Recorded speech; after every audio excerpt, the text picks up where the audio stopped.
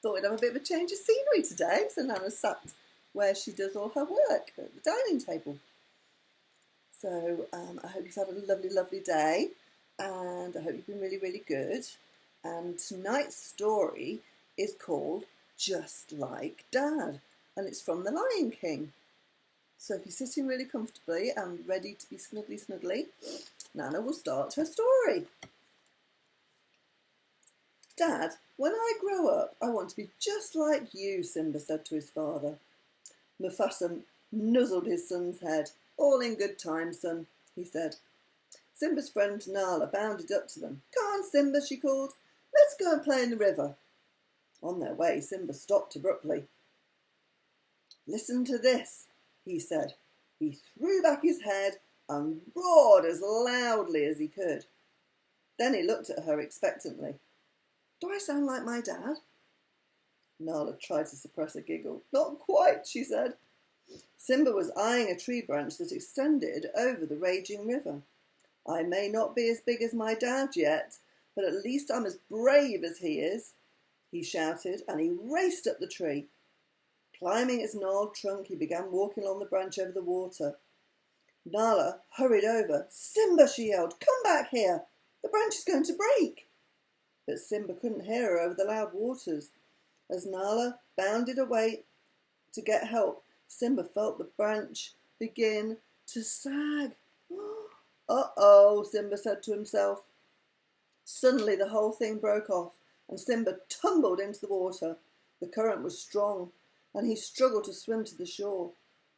He was running out of strength, and he realised he might not make it.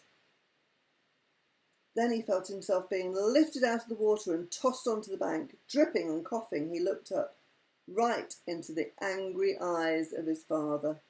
Simba, thundered Mufasa, there's a big difference between being brave and being foolish. The sooner you learn that, the better chance you'll have of growing old.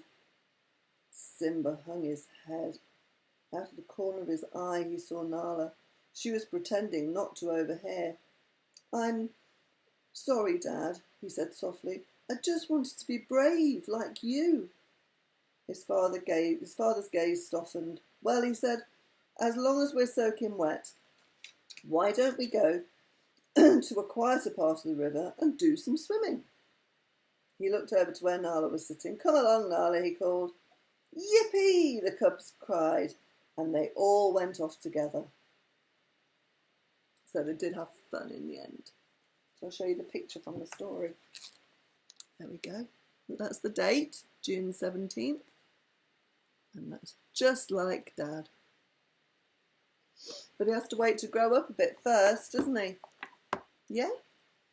So I hope you enjoyed that. And yeah, Nana will be with you again tomorrow for another story. Shall I have a quick sneaky peek? See what it is? Ooh. I'm not going to tell you.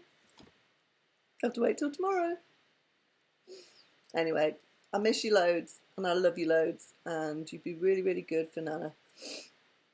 And sleep well. So I love you loads and loads and loads, Ruby and Max, and I love you loads and loads and loads, Atty and Torben. You be good, sleep tight, and Nana will see you very soon, I promise. Be good. Love you.